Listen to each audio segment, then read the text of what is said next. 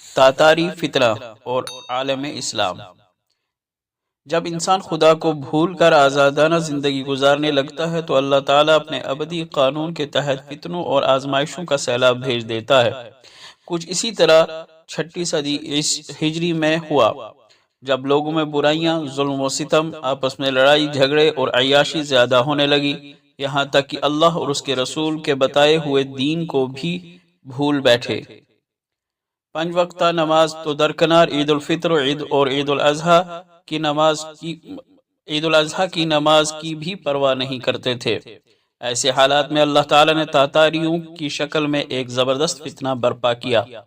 چنانچہ تاتاری قوم نے چنگیز خان کی قیادت میں خوارزم شاہ کی حکومت پر 616 ہجری میں پہلا حملہ کیا، پھر 624 ہجری میں اس کا انتقال ہو گیا، لیکن اس کے مقاصد کی تکمیل اس کے